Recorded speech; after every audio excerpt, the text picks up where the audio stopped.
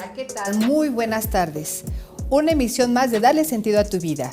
El día de hoy vamos a tener una invitada súper especial porque nos va a hablar acerca de un hermoso taller que está por organizar en este momento para que tú sepas de qué se va a tratar la temática con respecto a ahora. Ahora vamos a hablar más de los niños. Por favor, te recuerdo que me puedes seguir por mis redes sociales @psicoaris y por mi página de Facebook Psicóloga Tanatóloga.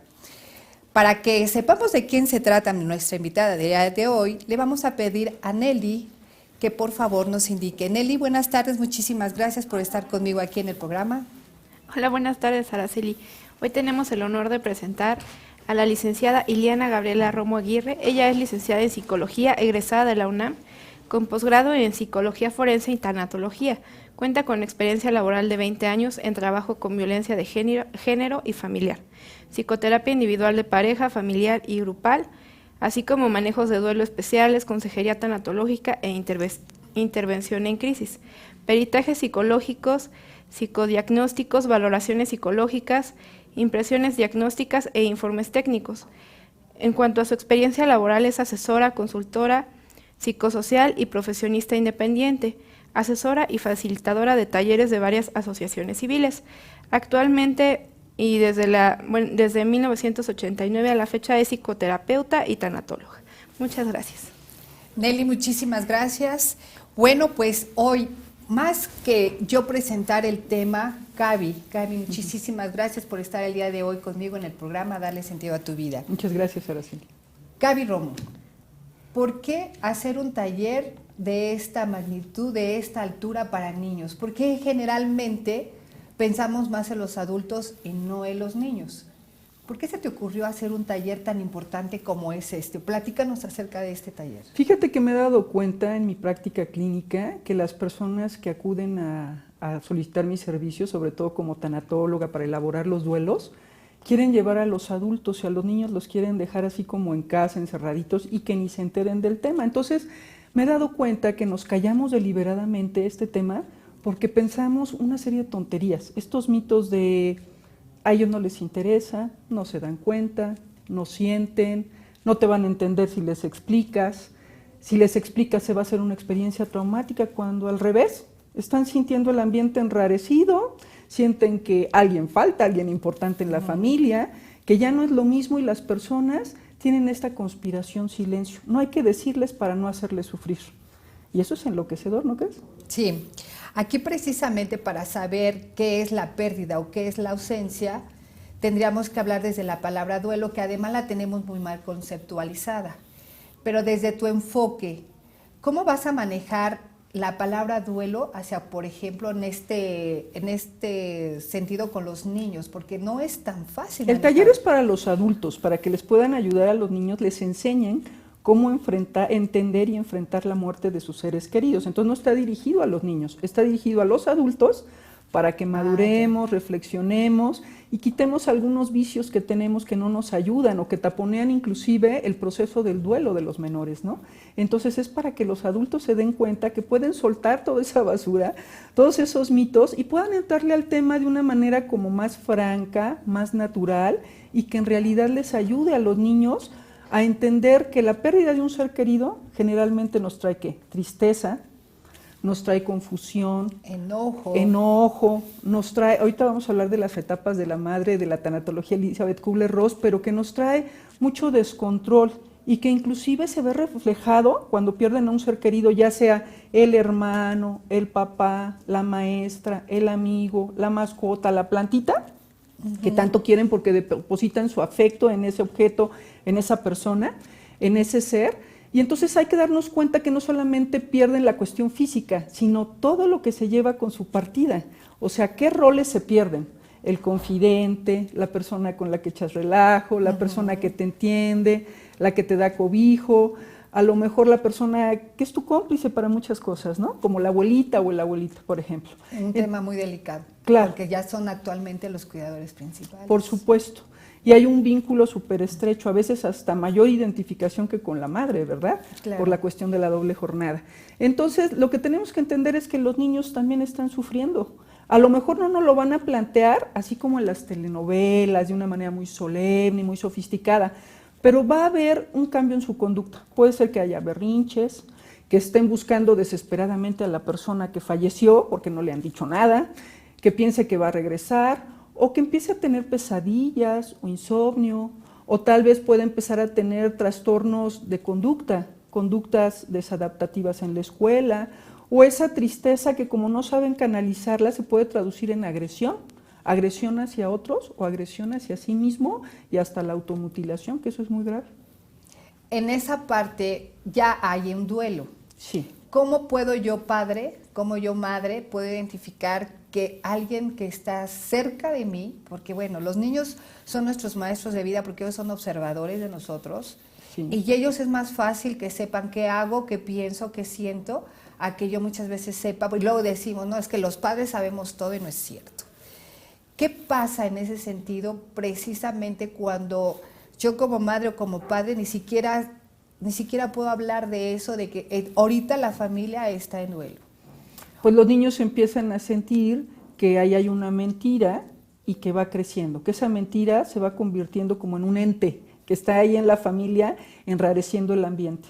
No, porque ya no hay risas, ya mamá se viste de negro, yo la veo que llora y llora, pero de pronto cuando ella se da cuenta que yo la veo se esconde, o no quiere hablar del tema, o se enoja. Entonces, la verdad es que los niños saben que algo falta. Si vieron que el abuelito estaba enfermo, se fue al hospital y ya no regresa, ¿por qué pensar que desde su fantasía van a inventar otras cosas? Claro que los niños se apoyan en la fantasía para que su dolor sea menor. Eso es lógico y es necesario por su tipo de pensamiento. Ahorita vamos a hablar de las diferentes etapas y cómo conceptualizan la muerte. Pero a los niños hay que decirles, sí, abuelito ya no regresó porque, bueno, su cuerpo ya no daba para más.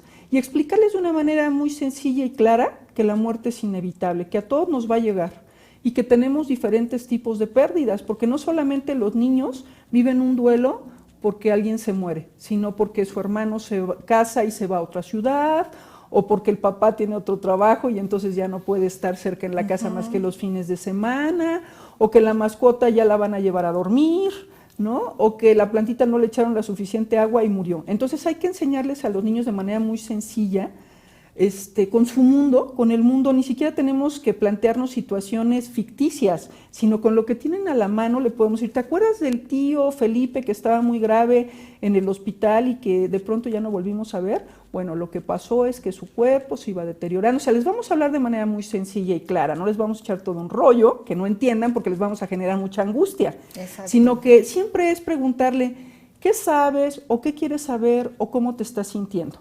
Para no hablar de más, para corregir algunos pensamientos que estén distorsionados o que sean equivocados o algunos mitos, y por otro lado permitirle tener un espacio y que se tome esto con seriedad, ¿no? No digo con solemnidad, pero sí con seriedad, o sea, algo importante que está faltando y que a él le va a afectar o a ella le va a afectar.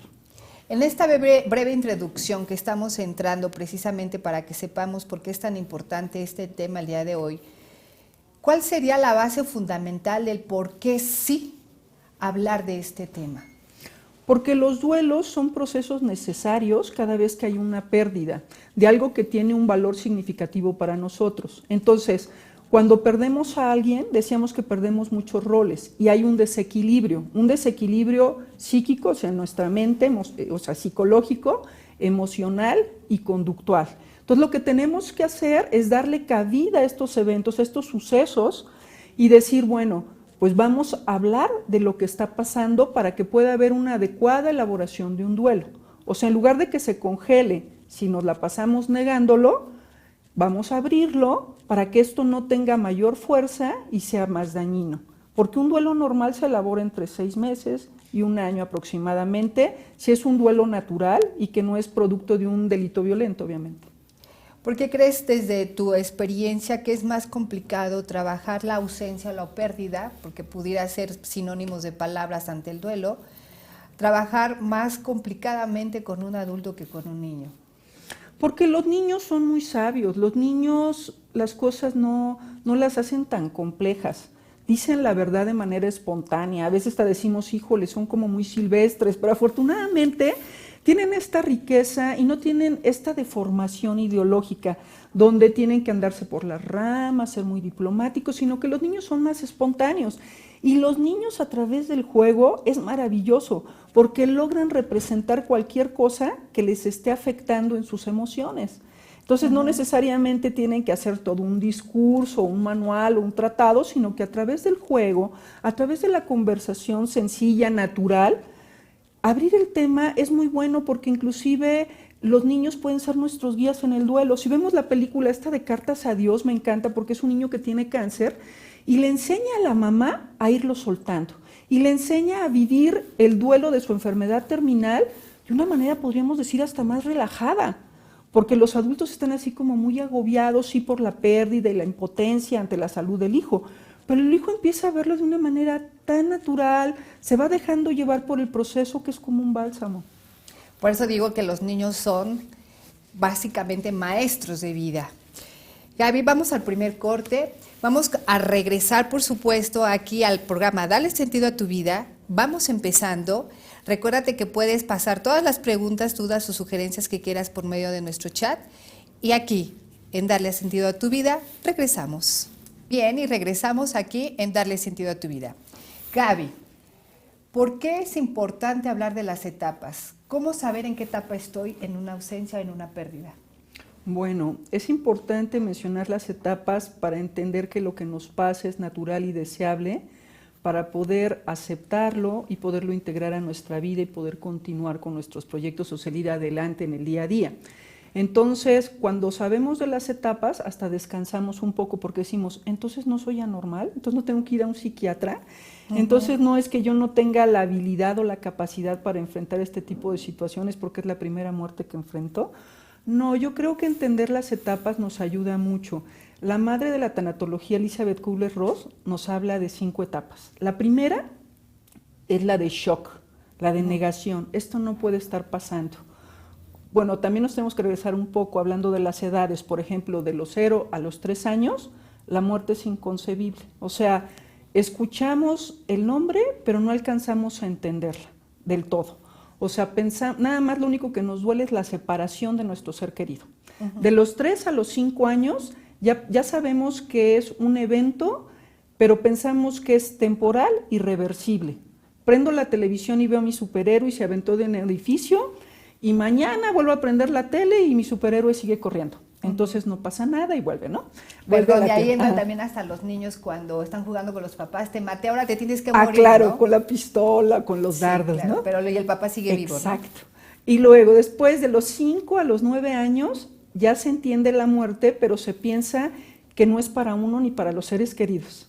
A partir de los 10 años ya se tiene conciencia de que la muerte es un evento real, que no hay regreso, que no es temporal, sino que es definitiva, y que inclusive nos puede pasar a nosotros y a nuestros seres cercanos, ¿sí? Y ya de los 11 en adelante ya se entiende el duelo, o sea, la ausencia, y también que esto implica dolor y que hay que trabajar con esas emociones. Entonces regresamos a las etapas. Decíamos que la primera es la de negación o shock. Esto no puede estar pasando, esto es un mal sueño, pellízcame a ver si no estoy soñando y que esto ya se desaparezca, o tal vez se confundieron, mi papá no iba en ese coche, o mi hermano, no, pues mi hermano es muy fuerte, no le puede haber pasado esto, seguramente pudo haber vencido al maleante en esa lucha, ¿no? Porque le quería quitar el coche o la cartera. Luego la segunda etapa. La segunda etapa es la de rabia, la de envidia, la de aislamiento. Rabia de, ¿por qué le pasó a mi ser querido que era tan bueno? ¿Por qué no le pasó mejor a personas tan repugnantes, ¿no? Personas que asaltan, personas que se ven malas, personas que no tienen principios, como me dice mi familia. Entonces los niños en esta etapa buscan a quién culpar. El doctor, Dios, la vida, la tecnología, la medicina, hasta yo, claro. Por no haber estado ahí. Claro, porque no estuve el suficientemente tiempo con ella, porque no me porté bien, porque no hice todo lo que me decía, o porque a lo mejor era un hermanito o hermana con educación especial que requería más cuidados y que siempre tuve este coraje de ¿por qué me roba mi papá o a mi mamá? Y entonces a la hora de su muerte digo, ay, qué malo soy, ¿no? Y entonces me empiezo a flagelar, empiezo a sentir que me tengo que castigar. Luego también puedo sentir esta envidia. ¿Por qué a los demás no les pasa y solo a mí? ¿Por qué perdí a mi papá o por qué perdí a mi abuelita y no mi compañero de clase? Y aparte, ¿por qué no les puedo decir nada si en mi casa me dicen que no hay que hablar de esto? Luego, la tercera etapa, que sería la etapa del regateo o negociación. Por favor, Diosito, devuélveme a mi mamá y te prometo que voy a lavar los platos durante todo un año. O por favor, que regrese papi mañana y la verdad es que me voy a portar bien para siempre, porque así son los niños, ¿no? Y luego, en la cuarta etapa, que es la de depresión reactiva, cuando hay mucho dolor, cuando hay este vacío, esta soledad, este frío que te deja la ausencia de un ser querido, a lo mejor hasta la mascota, ¿me explico? Y entonces de pronto esta depresión no es una depresión para que te metan una pastillita, un chochito y te anestesien, sino que en esta depresión es cuando tienes la posibilidad de crecer espiritualmente, de crecer entendiendo qué estamos haciendo en esta vida y que no podemos seguir postergando, ¿no? Luego, cómo las personas importantes en nuestra vida llegan y nos cambian, o sea, aprendemos cosas de ella, compartimos cosas juntos, o sea, tiene un sentido la vida y también la muerte no es un castigo. Y la última etapa, la quinta, que es la de la aceptación, donde no es que esté muy contento diciendo qué bueno que ocurrió, pero hay una gran diferencia entre resignación y aceptación. Resignación es, estoy de manos cruzadas, no puedo hacer nada y me quedo emberrinchado. Impotencia, ¿no? Impotencia, claro. Y la aceptación es verlo como parte de la vida, porque nos tienen que decir que la muerte es inevitable y que nos va a ocurrir a todos, y que este cuerpo es prestado y que tenemos un alma que va a pasar a otro reino o a otra esfera, ¿no? Y que ya no vamos a poder verlo, tocarle, olerle, ni reírnos con esa persona. Ok. Gaby, ¿por qué es tan importante el tipo de maduración dentro de estas etapas justamente? Porque es el lenguaje que vamos a utilizar para ir abriendo este campo emocional en el niño. O sea, no es bueno darle muchos datos, hacer muy gráfico y que el niño empiece a tener pesadillas de lo que le va a ocurrir en su cuerpo que se está deteriorando o lo que le pasó al abuelito. O sea, necesitamos saber qué es lo que piensa, qué es lo que se imagina, qué es lo que siente y de ahí partir. Por eso es importantísimo saber cuál es su tipo de pensamiento, cómo es su personalidad y cómo es la manera en la que comunica sus emociones. Y desde ahí darle la posibilidad de que abra un espectro, o sea, que amplíe como el tono de sus emociones y pueda saber que está bien sentirlas, que es humano y decirle, sí, muchas veces cuando perdemos a alguien que es importante para nosotros, muy querido, pues sentimos este enojo, esta rabia, este miedo. ¿Por qué no hablamos de ello? A ver, ¿qué te preocupa con respecto a tu abuelita? Ah, pues yo creo que cuando despierte y no me encuentre ahí, va a sentir mucho miedo o se va a preocupar. No, es que ya no va a despertar, ¿no? Y de ahí todas aquellas cosas que les decimos que lejos de ayudarles en su proceso, lo entorpecen o dificultan, ¿no? En esta parte justamente, si lo entiendes o no, porque es vital que no quitemos el dedo del renglón en esa función. Porque si no nos cercioramos de ir acompañando al niño o a la niña en este dolor por la ausencia y por esta gran pérdida, no vamos a poderle ayudar en esto que se vio colapsado. Cuando pierdes a un ser querido, es como si existiera mi mundo, su mundo y nuestro mundo. Y cuando se muere una persona, un ser querido, nuestra mascota, se ve colapsado nuestro mundo. Entonces, si no le permites entender y explicar lo que está pasando, no le estás dando un espacio para que este dolor madure.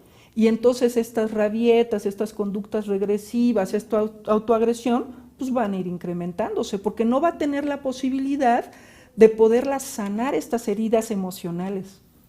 Una estrategia o un método precisamente para que ellos lo comprendan o lo entiendan, ¿cuál es el más factible que tú usarías? Mira, para empezar, vamos a ver lo que no debemos decirles. Está dormido. Sí. Porque si le decimos que está dormido, no se va a querer ir a dormir, porque va a decir, yo no quiero que eso me pase, todavía no quiero dejar a mis papis, ni mi escuela, ni mis amigos. La otra es, si está dormido, ¿cómo es que yo lo vi en una caja y después vi que lo bajaban y lo metían en la tierra? Pues peor aún, yo no quiero porque quién sabe qué me vayan a hacer si me descuido. La otra es, bueno, no está muerto en realidad, En otro momento le volveremos a ver, o sea, pensando en la resurrección, en la reencarnación, pero eso todavía no lo alcanzan a entender. Entonces, tienen mucho miedo de si va a llegar como un fantasma o como un monstruo a jalarme las patas, ¿no?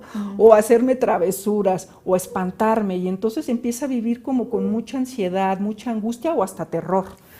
No sé si te ha pasado, perdóname, ahorita me recordé un ejemplo, donde hay chiquitines que de pronto asocian la llegada de un familiar, porque lo escuchan, obviamente todo lo aprendemos con la escucha, pensando de que es que se murió mi abuelito o se murió mi papá, pero nació fulanito, entonces ahí está. Parte de lo que tú dices, ¿no?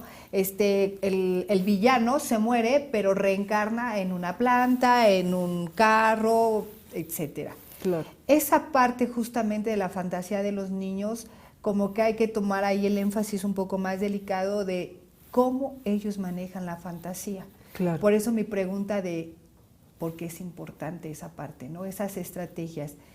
¿Qué más no podemos decirle a los hijos? Mira, no debemos decirle que se fue con Dios o con un ser superior, porque la muerte no se elige, salvo en seres muy evolucionados y que hayan practicado yoga, pero no es el caso de la mayoría de las gentes. Entonces no decirle, es que se fue con Dios porque siente más grande el abandono. Entonces no le gustaba estar con nosotros y mejor prefirió irse con Dios. No eligió irse porque sí le gustaba estar contigo y disfrutaba tu compañía y tu presencia. A él también le ha de haber dolido esta partida, pero se tuvo que ir porque venimos a esta tierra a cumplir con ciertas tareas. Cuando las cumplimos, nuestra alma tiene que ir avanzando, evolucionando, a cumplir tareas como más elevadas, y entonces va con un ser superior, donde va a estar de una manera diferente, no con un cuerpo físico, pero sí con una energía, y ahí hay luz, alegría, hay paz, y desde ahí probablemente te va a estar enviando sus bendiciones o todo el amor, porque el amor no se lo lleva a nadie, ¿no? Entonces esas cosas es importante que no las hagamos, porque lejos de ayudarlos, los perjudicamos, ¿no? Los vamos angustiando. Claro. Es todo un tema muy, muy interesante. Vamos a otro corte y quédate aquí en Darle Sentido a tu Vida. Bien, regresamos. Nos quedamos con todo un tema. ¿Por qué es importante desde tu enfoque que los niños sí asistan a los funerales? Porque el que vean el cadáver les va a ayudar a entender que es una realidad y elaborar mejor el duelo. Claro que es mejor que lo vean si se parece a la persona a la que amaban. Si está mutilada o muy deformada, pues mejor que no lo hagan. O sea, que sí asistan y que vean la caja cerrada. Y sobre todo que asistan antes de que lleguen los demás familiares, porque si no después se da mucho la dramatización y no queremos que los niños piensen que la muerte es un castigo. La muerte es un misterio. Si bien para muchos no es un regalo, sí es una condición de vida. De un lado está la muerte y de otro está la vida, y nos ayuda a confrontarnos cómo estamos viviendo. Entonces, si van a un funeral, que por favor sea acompañados de adultos o adultas que sepan manejar lo que se va a presentar ahí, o sea, las emociones que ellos pueden manifestar. La otra es que los niños, si realmente quieren asistir, o sea, si ya tienen más o menos unos 9 o 10 años y pueden entender lo que va a pasar ahí en la funeraria y que se le va a honrar al difunto y que no va a pasar nada negativo, o sea, como que se va a salir de la caja y se me va a pegar y entonces después no voy a poder dormir o me voy a convertir en el occiso. Entonces, en ese momento en el que no va a estar jugando, sino realmente presente, contactando su pérdida, es importante que le demos unos minutos para que pueda constatar la pérdida y pueda despedirse, ¿no? Pueda despedirse ya sea con palabras, con una cartita, un dibujito, abrazando la caja, llevando una flor, como él elija, ¿no? O hasta una imagen, porque hay niños que les gusta mucho llevar las imágenes de los santos o del Dios o de la religión que tenía la persona que falleció y le dicen para que te acompañe o hasta su foto. Me encanta, cierto, ¿no? Tienen unos rituales un poco más accesibles que lo de los adultos, que tenemos más apegos, ¿no? Sí. Hay una pregunta fuerte que tengo que hacerte, la tengo que aprovechar que estás aquí acompañándonos, y dentro de tu experiencia, ¿cómo manejar el duelo de un padre o de una madre al niño? Bueno, cuando papá o mamá fallece, no hay que tratar de sustituir al que ya no está. Solo puedes ser padre o madre, pero no puedes querer llenar los zapatos que dejó el ausente. O sea, sí tienes que dar la noticia y darla de manera natural, de manera sencilla y clara, que te entiendan. Y que si te sale una lagrimita o que si te pones ahí muy histérica, puedes decir, dame chance porque esto que te voy a decir me está afectando mucho. O sea, si yo acepto mis emociones, te doy la oportunidad y el permiso para que tú también lo hagas, porque esto es algo serio, sí nos está ocurriendo y tiene un impacto. Entonces, qué mejor que no lo hagamos de manera acartonada, como si estuviéramos leyendo un discurso que alguien más escribió, sino hablando de lo que ocurrió y diciendo, lo que te voy a compartir es muy delicado, es muy fuerte. Pues los niños tienen una fortaleza interna impresionante, entonces dejemos de sobreprotegerles y hablemosle con palabras sencillas y decirle, papá ya no va a estar o mamá ya no va a estar, esto nos duele mucho y lo vamos a compartir como familia y vamos a salir adelante.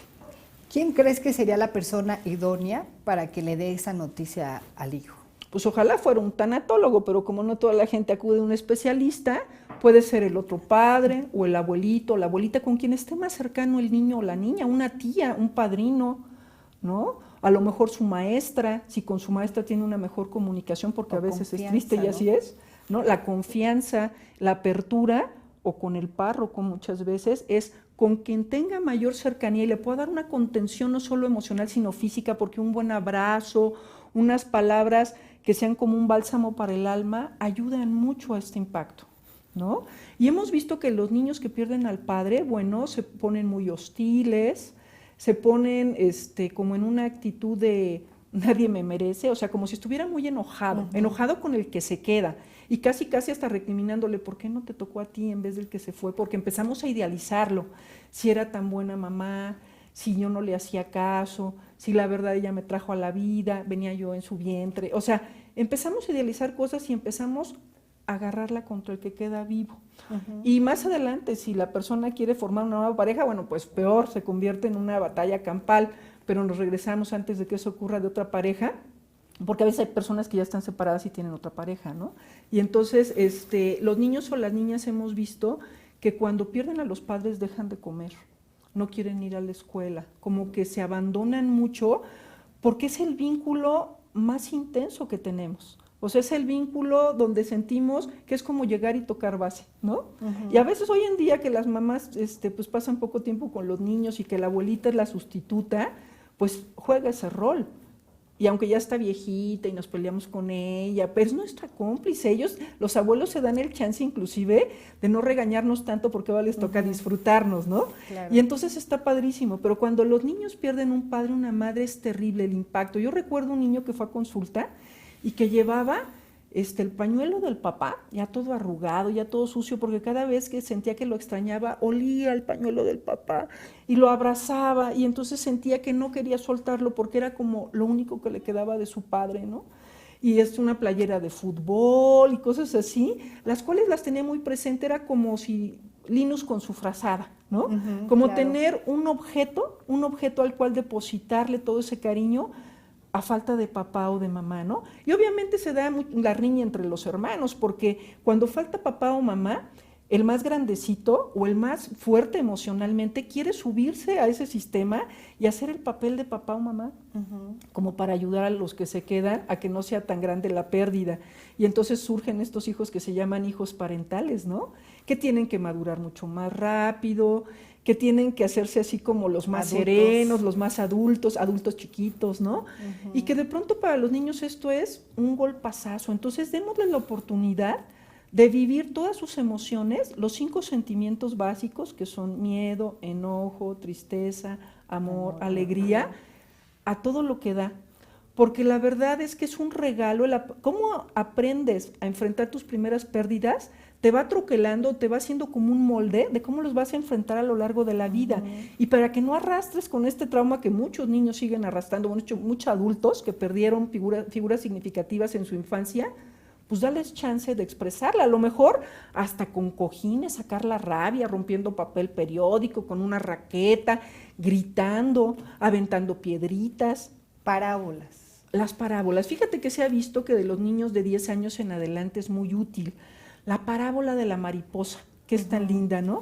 De cómo hay una oruga que se convierte en mariposa. Pero tiene que ser de 10 años en adelante, porque de lo contrario los niños tienen un pensamiento muy concreto y dicen, entonces mi abuelita es una mariposa.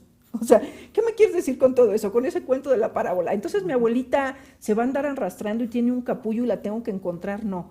O sea, les tenemos que explicar de qué se trata. Pero de 10 años en adelante es algo muy suave y muy dulce el apoyarnos en la parábola. ¿De qué es lo que pasa? ¿Cómo es que una oruga termina convirtiéndose en mariposa y extiende sus alas y usa todo su potencial cuando logra dejar este cuerpo, ¿no? Y también va por edades. Por supuesto. Gaby, ¿qué pasa de la pérdida de un hermano? Híjole, es terrible, porque si había celos, si había rivalidad, el que se queda lo vive con mucha culpa. ¿Y cómo se la cobra?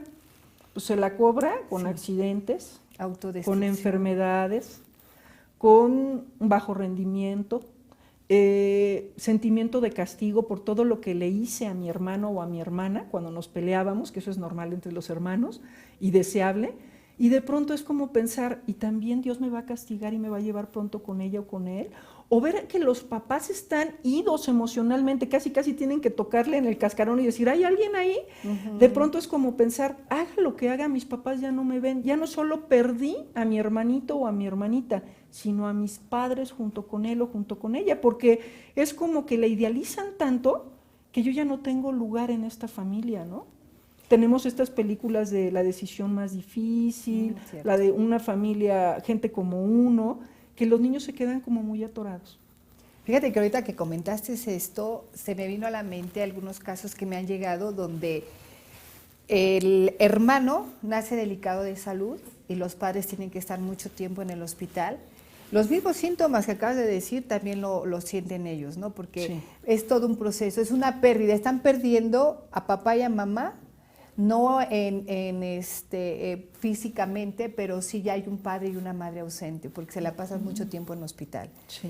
Y el niño o la niña está viviendo un duelo que los padres en ese momento no comprendemos y no alcanzamos a dimensionar. Pero justamente entra esa parte de ya no como, ya no duermo, ya a la escuela voy mal, o todo lo contrario, ¿no? Empiezan a ser niños perfeccionistas con tal de que los padres de alguna forma se den cuenta que ellos no son los malos, Claro. de que yo no tuve la culpa de que mi hermano esté o mi hermanita esté en el hospital, ¿no? Claro. Qué parte tan fundamental y tan importante el que nos demos cuenta que un duelo no nada más es la muerte de alguien, Por supuesto. sino lo que representa para ti como persona individual la ausencia. Por supuesto. Nada más es la ausencia, porque igual, y puede morir cualquier familiar, pero si yo no tuve tanto apego, la muerte pasa como algo, una condición de vida, algo natural. Sí. El problema es cuando ya existe un apego. Y en ese apego nosotros tenemos una obligación bien fundamental como adultos, porque de nosotros depende justamente la estructura o esas crisis o esa sensación postraumática, como tú lo mencionaste, ¿no? ¿Qué parte dentro de tu enfoque sería como una pérdida también muy importante para un niño? Pues la de la abuela o el abuelo es fundamental hoy en día. O sea, hay un vínculo súper estrecho.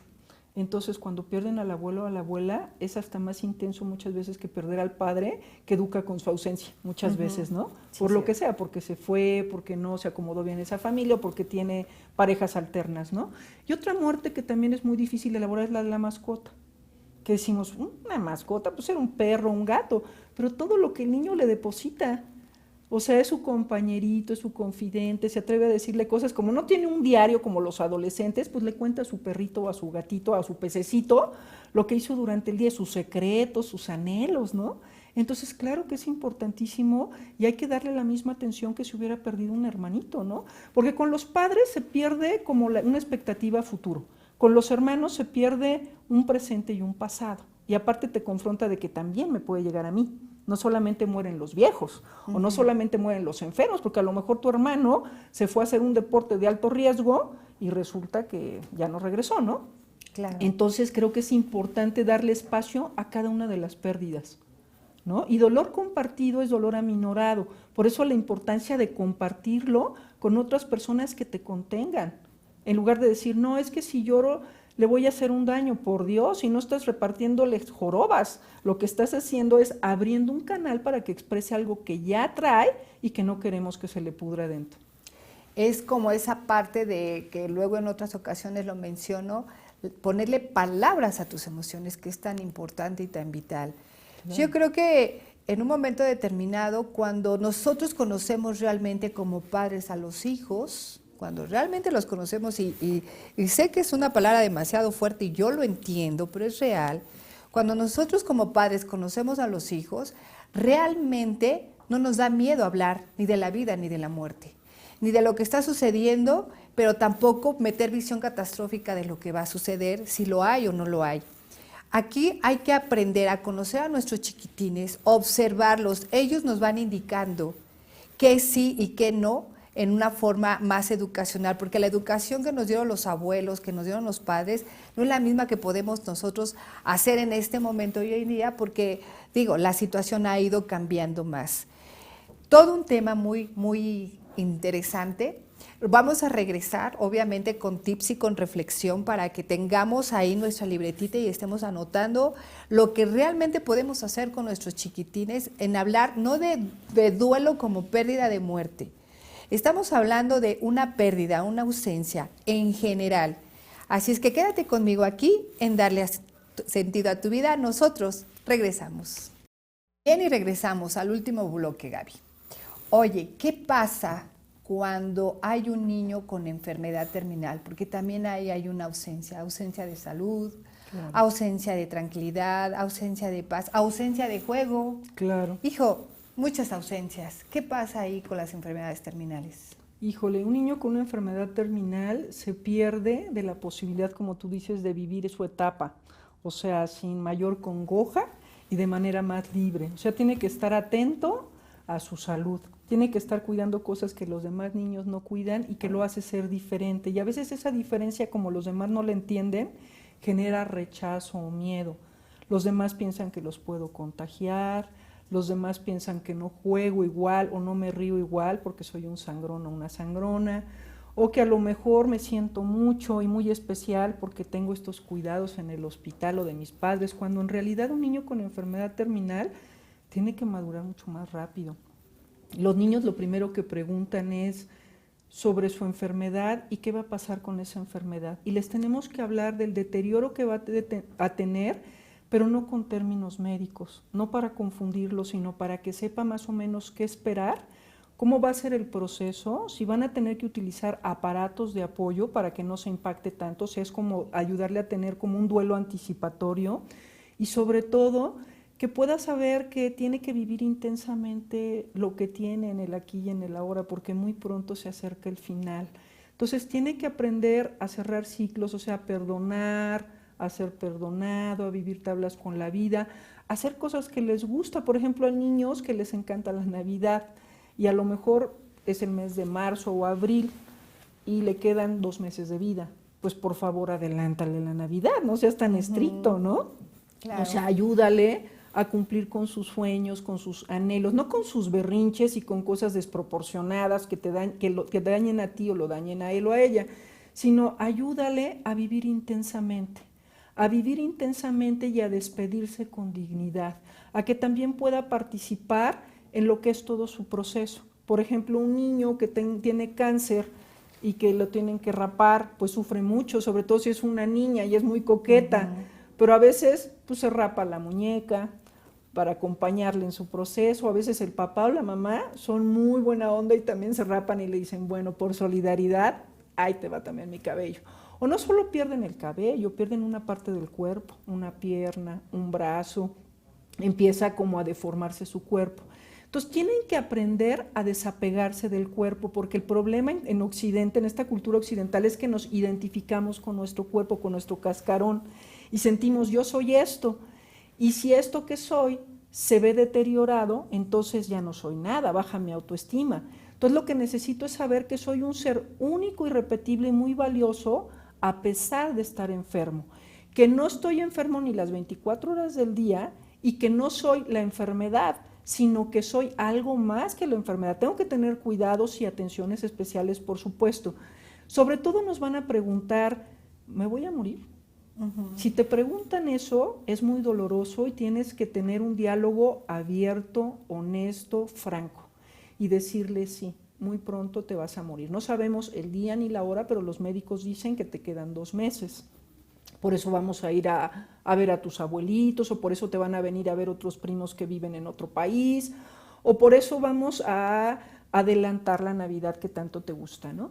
Y entonces, si el niño te pregunta esto, es porque tiene la suficiente fortaleza interna para la respuesta que le vamos a dar. O sea, no te andes con rodeos, no lo confundas, no le compliques las cosas. Y si cuando le des esta noticia que es tan devastadora, lloras, por favor, dale sentido de realidad a tu discurso. Dile, lo que pasa es que me duele tanto que te sientas mal y perderte muy pronto que por eso estoy llorando. O tengo mucho miedo de que cuando no estés, yo no pueda ponerle la atención necesaria a tus hermanitos. O tengo mucho miedo de que tú no nos vayas diciendo lo que vas necesitando solamente por complacernos y que te estés riendo como si no te doliera, porque sé que te está doliendo física y emocionalmente. O me gustaría que me hablaras de tus miedos, y generalmente los niños dicen, ¿y qué pasa cuando muero?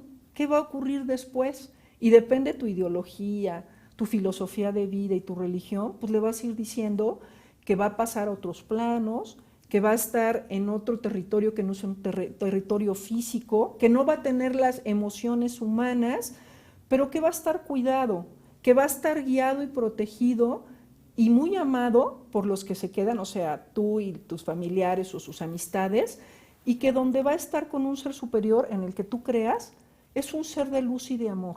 O sea, que no se preocupe, que en algún momento nos va a llegar la hora a todos y nos reencontraremos allá. Pero ahorita que se suelte y que flojito y cooperando, o sea, que vaya viviendo en el día a día todo lo que su padecimiento conlleva, porque no es lo mismo un niño con cáncer terminal, en algún órgano, alguien con leucemia, o no es lo mismo un niño que tenga, pues no sé, por ejemplo, que broncoaspiró y que no sabía que iba a morir, ¿no? Entonces, cuando tienes el tiempo para ir despidiéndote y cerrar tus asuntos es muy bonito, porque entonces hasta los niños se van deshaciendo de sus cosas, las van dando a sus amigos, van poniendo orden, ¿no? Digo, no hacen un testamento como los adultos, pero sí van dejando las cosas que quieren y se van despidiendo y van hablando de estas etapas de las que hablábamos, ¿no? Que no solamente son cuando ya te mueres, sino también cuando hay un duelo anticipatorio y que puedas darle realidad. Fíjate que ahorita escuchándote hay una palabra que es importantísimo, que yo creo que, yo no sé, tú me corregirás si estoy lo correcto o no, de lo que sí no hay que decirles como un tips. Vamos a empezar por los tips. Okay. Lo que sí nunca hay que decirle a ningún ser que esté en una situación de pérdida o de duelo es échale ganas, porque yo creo que es uno de los diálogos que más coloquialmente decimos, pero con un sentido muy poco de responsabilidad de parte de nosotros, porque si le pudieran echar ganas, le estarían echando las ganas. ¿Estás de acuerdo o no? Lo sienten como una burla o como un insulto inclusive. Y yo me iría todavía un poquito más para allá, Gaby. Te van generando culpas. Es que ha de creer que no estoy haciendo nada por sentirme bien, ¿no? Claro. Entonces ya que desde que vas generando culpas, las culpas, por ejemplo, que hay las irreales o las irreales, me voy haciendo como que me está haciendo sentir que no estoy haciendo las cosas bien, entonces me culpo de tal manera que la culpa exige castigo. El castigo es, pues, que sufra. Claro. ¿Por qué? Porque no le estoy echando las ganas como debiera de ser, ¿no? O esto me obliga a enmascarar mi dolor, y ese dolor se va a ir haciendo más grande y se me va a pudrir dentro por no canalizarlo adecuadamente. Exacto, esa palabrita, entonces, ¿estarás de acuerdo conmigo? Cualquier Hay que quitarla, por favor. Cualquier enfoque que tengamos como psicólogos, como tanatólogos, como seres humanos, palabra échale ganas, no. Sí. Tips de lo que sí podemos sugerirle, por ejemplo, en un momento determinado a los padres para esa parte. Que hablen con sus hijos sobre sus emociones, o sea, te he visto muy enojado, ¿por qué no hablamos de ese enojo? Es normal sentirse enojado cuando el ser que queremos no lo pudimos rescatar, no lo pudimos retener en esta tierra, o puedes estar muy enojado porque todavía tenías muchos planes con él o con ella, ¿no? Por ejemplo, si se fue mamá, es lógico que te sientas enojado porque te sientes abandonado, como que sientes que no tuviste la suficiente fuerza o la suficiente importancia como para anclarlo a esta tierra, ¿no? Entonces poder hablar del enojo, poder hablar de la culpa, para ir quitando y limpiando esas culpas, porque no fue tu culpa que tu hermanito se muriera. No importa si te peleaste con él por un juguete y de pronto lo tuvimos que llevar al hospital, no fue tu culpa, ¿no? Le puedes mandar una cartita. En estos hospitales, bueno, difícilmente puedes irlo a ver. Ojalá que tuviéramos hospices en la Ciudad de México, que donde pueden entrar los niños de cualquier edad y no hay horarios, y más si estás con una enfermedad terminal. Ayudarles a resolver esas culpas para que caminen más ligeros. Nuestra principal herencia con nuestros seres queridos, sobre todo con los niños que estamos formando o acompañando en su proceso de vida, es ampliarles su espectro emocional. O sea, que sepan que no hay emociones buenas y malas, masculinas y femeninas. Eso es una charada. En realidad, le vamos a permitir que exprese lo que está viviendo o su miedo. Miedo a que se le contagie, miedo a que si le va a venir a jalar las patas, miedo a que su hermanito vaya a estar con un gran dolor y no haya medicamento que le pueda quitar ese dolor, miedo a no volver a ver a su abuelita, miedo a decir, bueno, la última vez que me pidió un favor no se lo hice, le hice muecas, y seguramente mi abuelita ha de estar con un gran dolor, inclusive ahora sufre más en el hospital, ¿no?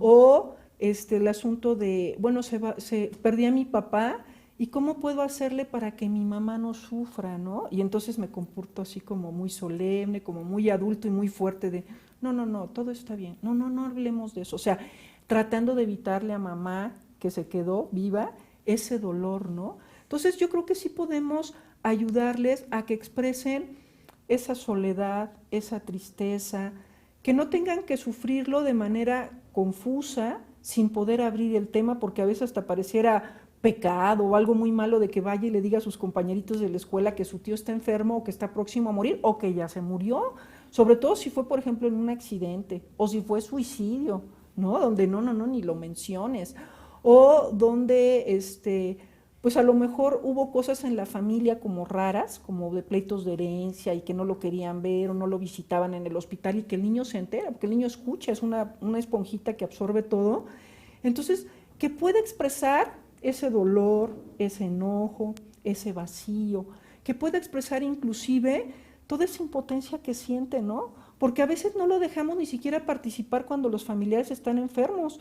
Hay que dejarle que participe si le quiere poner la pomadita, si le quiere traer el cómodo, si cuando ya murió y la persona está en el hospital, a lo mejor es un niño de 12 o 13 años que ya dejaron entrar, un adolescente, pues a lo mejor él también quiere hablar por teléfono a los familiares para decirle dónde lo van a velar, o a lo mejor quiere participar en algunas cosas. Lo que no hay que hacer es obligarle a que escoja la ropa que va a llevar el occiso, o qué tipo de féretro va a tener, o dale un beso a tu abuelito, el último beso, pues si ya está frío y feo y yo no lo quiero, o sea, me voy a quedar con un trauma que hasta voy a tener pesadillas. Entonces, déjalos que fluyan de manera natural, no los obligues a hacer cosas que para ti son buenas y que para ellos los pueden dejar muy atorados. O si tienen la edad suficiente para ir al funeral, ya dijimos, llévalos antes de que lleguen los otros dolientes para que pueda tener un espacio y despedirse, ¿no? O déjalos a lo mejor que a través del juego, las cartitas, poniendo un globo, haciendo sus propios rituales, le den la despedida a su mascota, ¿no? Exactamente. ¿Cuál sería uno de los mejores rituales? Hablando de rituales, Gaby. Pues a mí me gusta mucho este ritual donde la persona puede dar las gracias por lo que significó esa persona o ese ser querido en su vida, ya sea una maestra, ya sea el párroco, ya sea el padrino, o ya sea el compañero de escuela que también muere o se enferma, y darle las gracias por todo lo bueno que me dio. O sea, recordar los momentos especiales, a lo mejor apoyándome en fotos o en mi memoria pasarme la peliculita de lo que vivimos juntos, darle las gracias por lo que me dio mientras estuvimos en esta vida juntos, en esta tierra, y desearle suerte para que pueda partir y seguir avanzando evolutivamente y que su alma pueda estar en otro lugar mejor que en este, ¿no? Fíjate que uno de los rituales que a mí me gusta mucho compartirles con los niños es precisamente que les plasmen lo mejor de ellos. En un momento determinado, dependiendo por edades, porque hay niños desde los 2 años y medio, 3, que quieren, no saben de qué se está tratando el asunto, pero quieren participar. Ajá. Y entonces es como muy enriquecedor que hagan un dibujo, que le pongan la huella de su mano, que simbólicamente le regalen, no sé, las niñas hasta muchas veces los dulcecitos o uno de sus juguetes, que para nosotros es que, no, pero ¿cómo estás haciendo esto? No, pues eso es lo que necesita el niño. O sea, uno de los tips que yo en un momento determinado me ha funcionado mucho es decirles a las personas, deja que el niño cubra su necesidad. Tu necesidad no va a ser la misma del niño. Por supuesto. La necesidad del niño es la necesidad del niño, y la necesidad del niño requiere forzosamente que cuando se cubra va a ser de acuerdo a su imagen, de acuerdo a su sentir, porque además ellos son más honestos que nosotros. Claro. Yo tengo toda la intención de pedirle perdón a mi papá con la edad que tengo, y como sé que alrededor están los Gutiérrez y los Gómez, igual y a lo mejor no le digo que también cuando le dije que ojalá te mueras a los 8 años, ¿no? Sí. Y los niños no. Los niños te lo dicen tal cual. Sí te dije que te murieras, pero era de a mentiritas, ¿no? Y que de alguna forma ellos, volvemos a lo mismo, nos dan a nosotros lecciones de vida. Yo creo que otro de los tips que ahorita se me está ocurriendo es que ellos te enseñen a ti. Por supuesto. Si tú no puedes fluir en el funeral o en los ritos o la ausencia, cuando se va el marido y el niño se queda sin papá por la ausencia del padre, que los niños fluyan y tú aprender qué está haciendo el niño, ¿no, Gaby? Claro. El tema se está agonizando, como siempre digo. Gaby, con unas últimas palabras, ¿cómo nos dejas a todos los que te escuchamos y te vimos el día de hoy? Pues les doy las gracias por haber estado participando activamente, porque al estar escuchando estamos reflexionando y podemos hacer cambios, y les invito a que a estos niños les hagamos caso, que veamos cuál es su dolor, que les ayudemos a vivir esta experiencia de manera acompañada, estando siempre presentes en las emociones, y permitirles que puedan llorar su duelo. Duelo compartido es duelo aminorado. Gracias. Gaby, ¿a dónde te podemos localizar para lo de tu taller? Mira, me pueden llamar al 55 38 33 28, o pueden consultar también mi página www.sanandoemociones.com, y ahí también viene mi correo electrónico donde me pueden escribir. Maravilloso. En un momento determinado, todos estos talleres, como yo siempre lo he dicho, es como una parte demasiado enriquecedora. Personas como tú que se dedican a la tarea precisamente de hacer talleres, lógico, es una parte en la cual depositas algo de ti, pero que independientemente de eso, yo siempre he dicho, las personas nos dejan algo más a nosotros, ¿no? Como ponentes, como personas que estamos ahí, como ser un ser guiado. Voy a tener que comprometerte para otro tema, porque gracias. la verdad es que quedan muchas preguntas al aire. ¿Qué te parece si te comprometo para que te responsabilices al aire de traernos el tema de cerrando ciclos? Me encantaría, es toda una aventura. Un punto importante, así rapidísimo, porque sí sería importante que yo escuchara a Gabriela Romo a hablar del tema cerrando ciclos. Porque puedo vivir en el aquí y en el ahora plenamente, puedo despedirme del pasado, abrirme al futuro y poder sentir que estoy tablas con la vida. Eso es un motivo importantísimo, y aparte en el taller en estos talleres que doy, te llevas elementos teóricos, prácticos, para que puedas implementarlos en tu vida. Saliendo del taller, hagas la diferencia. Perfecto, Gaby, te agradezco muchísimo, el tema ya se nos acabó. Toda persona merece vivir con poder, libertad, respeto, plenitud, logrando emplear su potencial para su beneficio y desarrollo. Te doy las gracias por darle sentido a tu vida el día de hoy aquí conmigo, y gracias a mi operador y productor. Gracias a todo el equipo. Muy buen día.